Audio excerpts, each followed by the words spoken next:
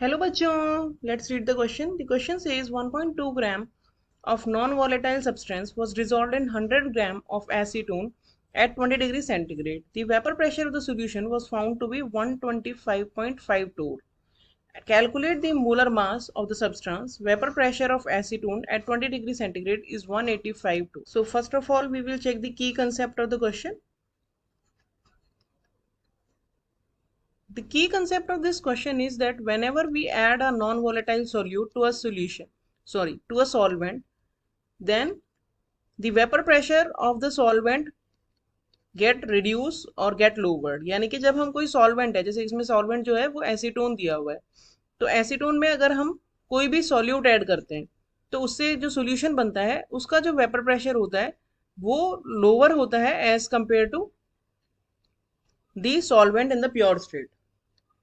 तो इसे हम बोलते हैं लोवरिंग ऑफ वेपर प्रेशर. और लोवरिंग ऑफ वेपर प्रेशर के बारे में राउल्ट्स ने एक लॉ दिया था और इसके according PA0 minus PS divided by PA0 is equals to mole fraction of solute, that means XB.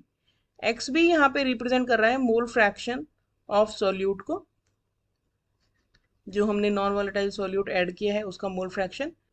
PA0 जो होता है वो होता है vapour pressure of solvent in pure state, यानी कि जब हम अकेला सॉल्वेंट ले रहे हैं उसमें हमने कोई भी सोल्यूट ऐड नहीं किया है उस टाइम पे वेपर प्रेशर. PS जो होता है वो होता है vapour pressure of the solution, यानी कि जब हमने ऐड कर दिया है सोल्यूट तो उसके बाद जो भी फाइनल सॉल्यूशन बना उसका जो भी वेपर प्रेशर हो गया वो होता है PS.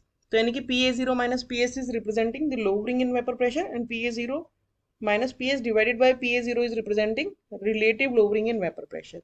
और मोल फ्रैक्शन किसी भी सब्सटेंस का हम कैसे निकालते हैं? Moles of that component divided by total moles. तो NB जो होंगे वो मोल्स ऑफ सॉल्यूट हो जाएंगे और Na प्लस NB हो जाएंगे total moles of the solution. लेकिन जनरली सॉल्वेंट के जो मोल्स होते हैं वो बहुत ज़्यादा होते हैं एज कम्पेयर टू सॉल्यूट, तो इसीलिए हम इसे NB बाय Na के फॉर्म में भी लिख सकते हैं. अब हम इस क्वेश्चन का अगर सोल्यूशन करें तो NB जो हो गया वो हो गया WB, यानी कि weight of the solute divided by molar mass of the solute. तो वेट दिया है हमें 1.2 ग्राम, जो नॉन वोलेटाइल सब्सटेंस यानी सॉल्यूट हमने ऐड किया है, और मोलर मास हमें उसका कैलकुलेट करना है जिसे हम MB से रिप्रेजेंट कर रहे हैं. और Na जो हो जाएगा वो हो जाएगा weight of acetone which is given as 100 gram divided by molar mass of acetone जो कि होता है 58. PA0 हमें क्वेश्चन में दिया है, एसीटोन का वेपर प्रेशर 185, और PS हमें क्वेश्चन में दिया है 182.5 टोर. तो अब जो की कंसेप्ट में हमने इक्वेशन देखी थी अगर उसमें हम वैल्यूज पुट करें तो 185 minus 182.5 divided by 185 is equals NB हो जाएगा 1.2 by MB divided by Na.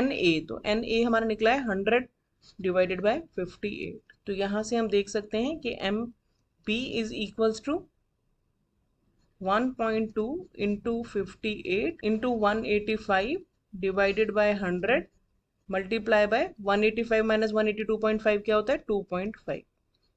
तो इसको अगर हम ओवरऑल कैलकुलेट करेंगे तो ये हमारा आएगा 51.50. तो that means molar mass of the non-volatile solute is 51.5.